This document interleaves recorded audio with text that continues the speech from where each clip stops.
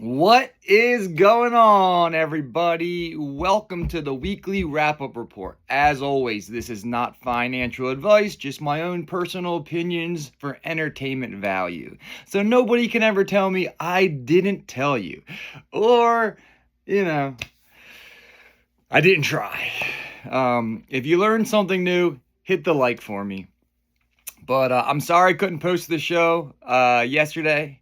I made full use of my rain day off of work. But first, let me address my new favorite t-shirt. I got this off the Strategy website merch store. Got the Bitcoin B on the back, the Strategy in the front.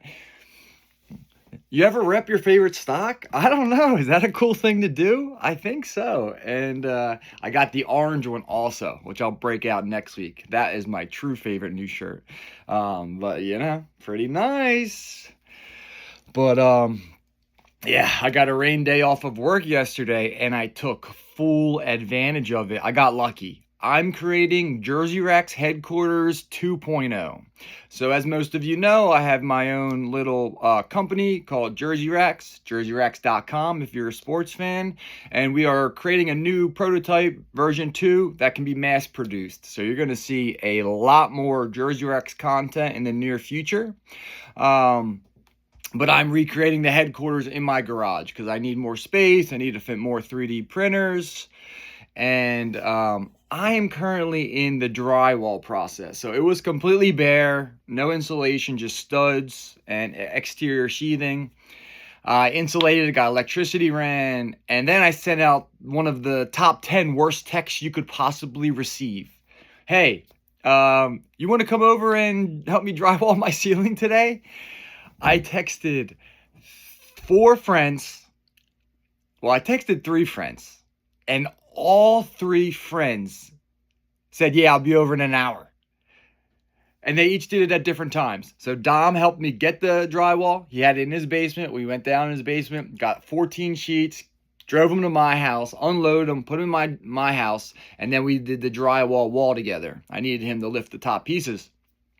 And then I text my buddy Kevin, and he had to work for an hour. Then he's like, yeah, I'm free for another hour. He gave me, an hour of his time, came over, and we got 4 ceiling sheets up.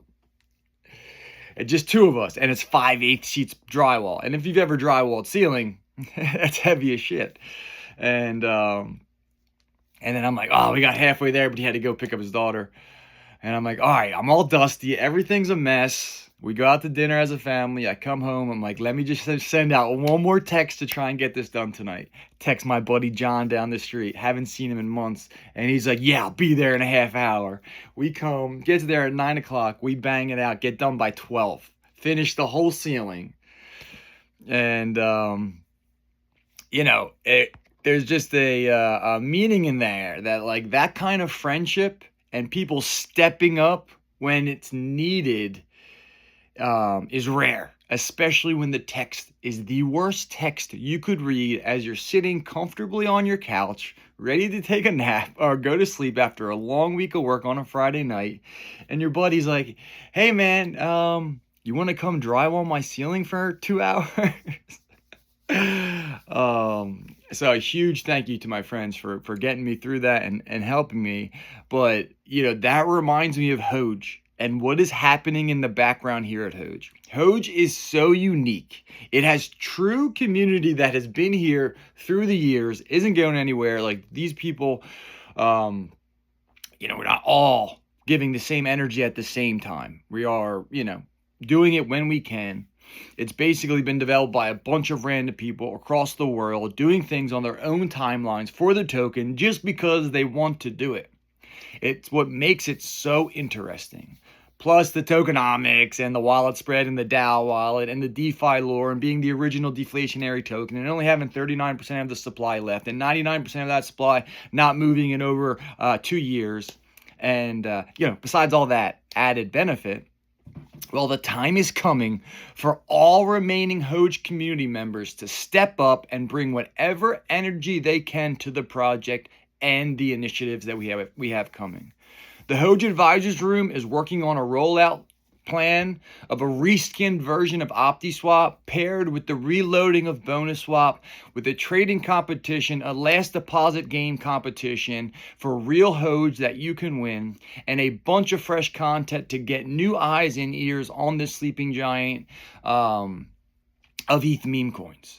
You see To The Moon's content, his Twitter presence, he's going to get that moment. We're going to have a tweet go viral that is going to be spot on. And we have the other content and people in the not waiting, but ready. When our moment comes, that's the best part. I'm working on a Hoge pitch deck to send to possible ETH partners. What we like to call a Hoge hero, like the right face, like I'm just a person. I have no connections in crypto. I just love Hoge. Right? And I love crypto, I love Bitcoin, but I have no pool in the crypto market. So if someone could replace me and become the face of Hoge with their following and their content, the fundamental structure of Hoge is rock solid, and anybody could own the supply at this market cap. We're at a $4 million market cap with no supply moving. There's like 6 billion Hoge active. So, just understand the potential here. But like always, like I always say, it only takes one. It takes one person or one group to find Hoge and start the tidal wave. We have the manpower ready for the opportunity. It's just tough getting that opportunity in the first place. But we will keep trying, and hopefully what we have rolling out with this new ETH resurfacing and this exciting bull run that's coming. When we have that next moment, I think it's going to happen fast, and it's going to be wild. But let's get into the news of the week. Warren Buffett has asked the board to make Greg Abel CEO of Berkshire Hathaway at the end of the year. So Buffett is stepping down as Berkshire Hathaway CEO, and its cash pile hits a staggering $348 billion. It's official. The Oracle of Omaha is stepping down. Warren Buffett announces he'll hand over the reins of Berkshire Hathaway to Greg Abel at the end of the year. It's the end of an era that saw 5.5 million % returns since 1965 and a corporate empire spanning railroads, insurance, tech, candy, and energy. The announcement came with a standing ovation and a sellout crowd and a side of chaos. Buffett isn't buying it. He's waiting, and he's warning. Trade should not be a weapon. Now it's Abel's turn to steer a $1.16 trillion ship through a volatile world armed with Buffett's blueprint, a mountain of cash, and shareholders watching every move.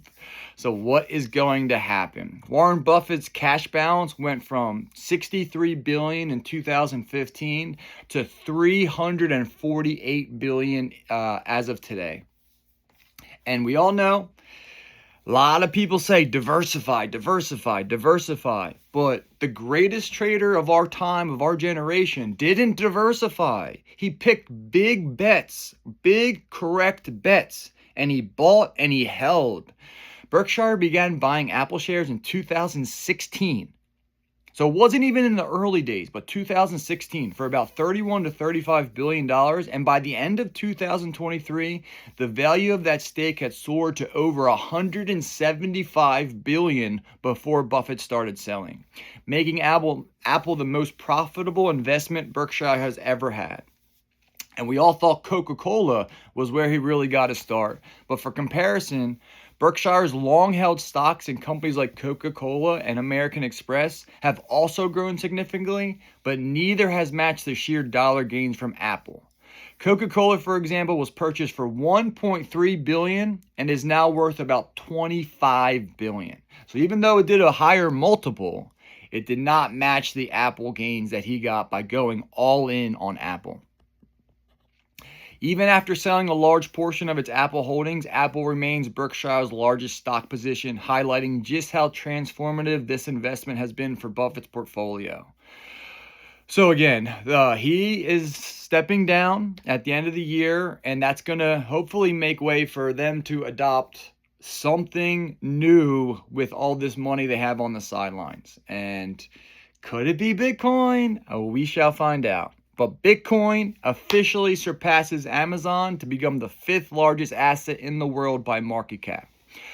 I saw a cool chart that really broke this down, but don't look at Bitcoin's all-time highs. The real facts, look at the Bitcoin yearly lows from all the years.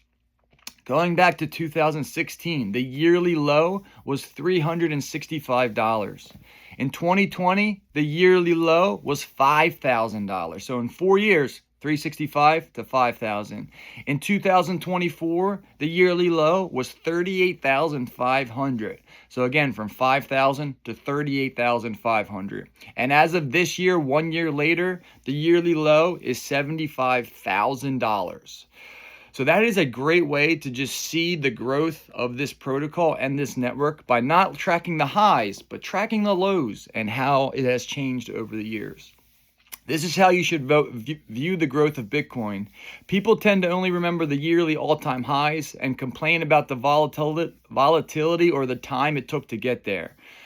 But when you view it from Bitcoin's yearly lows, it tells an insanely bullish story of number go up. And J.D. Vance announced he will be the first vice president to speak at a Bitcoin conference. The biggest Bitcoin conference is happening in Las Vegas on May 27th till the 29th. New Hampshire, a state in America, is once again first in the nation. They just signed a new law allowing the state to invest in cryptocurrencies and precious metals. New Hampshire has approved the Bitcoin Strategic Reserve, allowing the state to invest up to 5% of total funds. So congrats, New Hampshire, on being the first state to pass the Bitcoin Strategic Reserve. Right after them, Arizona becomes the second state to pass a strategic Bitcoin Reserve bill into law. So to be clear, last week Arizona could have been first, but SB 1025 was vetoed by the governor. And Arizona has 4 bills for a strategic Bitcoin reserve. The first bill was denied. The second bill, HP 2749, was signed into law. And this bill was channeling profits from the state's unclaimed property program into Bitcoin. So Arizona established a forward-thinking, budget-neutral way to future-proof its treasury. So that's 2 states now with Bitcoin strategic reserves. Missouri just voted 102 to 41 to scrap state capital gains tax on stocks, real estate, and Bitcoin. So Governor Mike Kehoe's call signed would make Missouri the first U.S. state where selling Satoshis carries 0% state tax. Imagine that. No tax on Bitcoin when you use it. BlackRock, this is a crazy stat. So obviously we've seen a crazy price increase over the last 2 weeks. BlackRock has bought 9 Bitcoin per minute over the last 15 trading days. Goldman Sachs just disclosed owning 1.65 billion of Bitcoin through the Bitcoin ETFs. 48 billion fintech giant Revolut to integrate the Bitcoin Lightning Network to over 50 million users. UK Treasury rules out a national Bitcoin reserve, says that following the US lead is not appropriate for their market. Do your research, UK Treasury. Steak and Shake will begin accepting Bitcoin at all locations starting on May 16th. The company says the move makes Bitcoin available to over 100 million customers, and the movement is just beginning. So if you like Steak and Shake, you can use Bitcoin starting on May 16th. So obviously, if you're paying attention to this stuff and you like it as much as I do, the most obvious trade this cycle is Bitcoin treasury companies. The market hasn't caught on yet, but eventually it will. Ohio governor candidate Vivek Ramaswamy's $2 billion Strive Capital is going public as a Bitcoin treasury company. And they're starting with a $1 billion Bitcoin buy. So the ticker for this company is called ASST. And it went up 1,100% this week off of this news. So I've talked about XXI that is trying to merge with a SPAC called CEP. This is a completely different way of launching a company. So we have to purchase CEP not knowing what it will eventually turn into as far as like a stock split or 10-to-1, or when it becomes XXI, or who has ownership and what stock percentage they have. Whereas this company, ASST, was already a publicly traded company that has been acquired. So now Strive Capital can transition Bitcoin to that company without having any tax implications. And now that company can hold $1 billion in Bitcoin when they were trading at $40 million market cap, and have now come all the way up to like a $400 million market cap. But if you hold $1 billion worth of Bitcoin, you should be valued at $1 billion, correct? So I played CEP last week. I played this one. I missed it on the day of the news. That went up 450%. And then in pre-trading, I was like, it's already up another 50%, which made it like 750% 24 hours. But I was like, math is math. This has to equal what it has to equal. So I bought it anyway. And it went up another 100% in one day. Oh, man. So, like, if, you know, you got like $3,000 on the sideline, you're just kind of trading with, playing these tickers as they announce. Now, look, it also goes down. If I didn't sell, you got to learn to sell. You got to get out, get your money out. Let's say you start with $1,000 and it goes up to $1,500. Get $1,000 out. Now that 500 positions free forever for your retirement. Then you put that $1,000. It goes up 200. You take out 200. You know, you got to take it out. I've learned that. When it comes to these stocks, because it seems like you'll get that second chance back. But the news is the news, man. But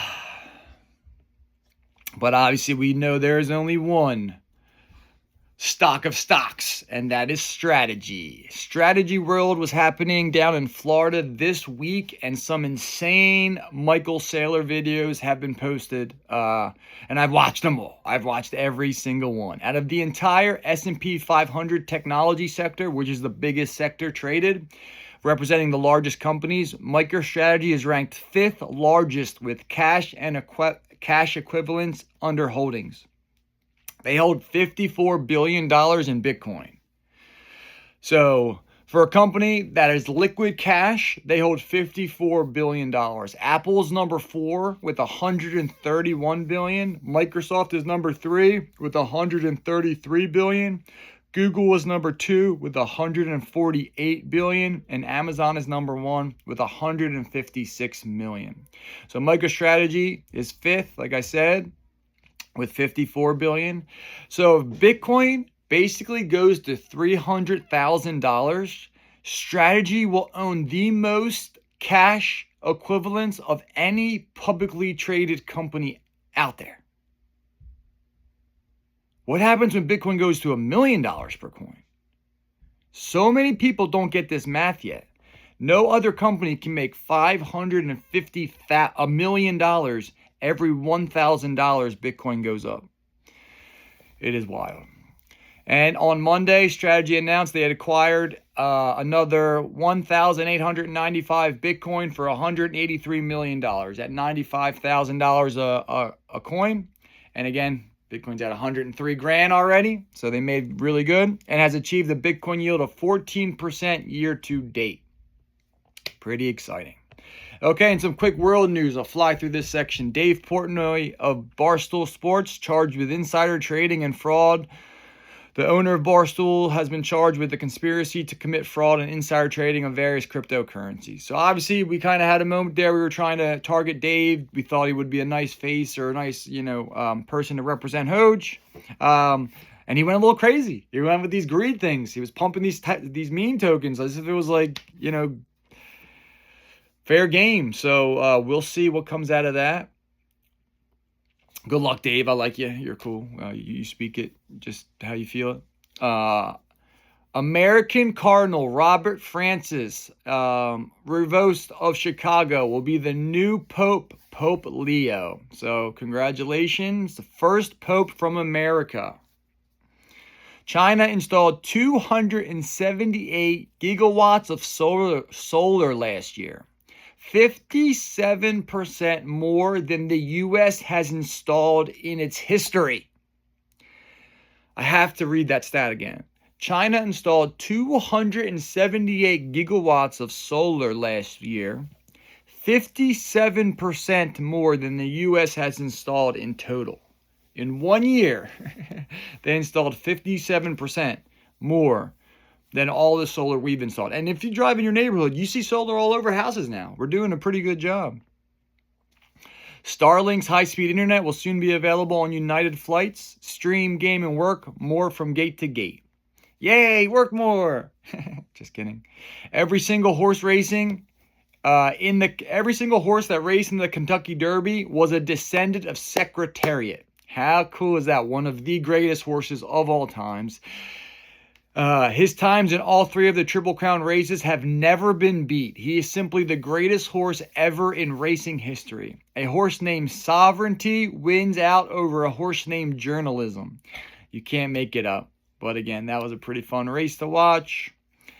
And I was gonna cover the Kanye stuff, but I'm not really. I didn't listen to the song or anything, but I don't like the guy. I'm not going to talk about him. So enjoy your weekend. Have a good time.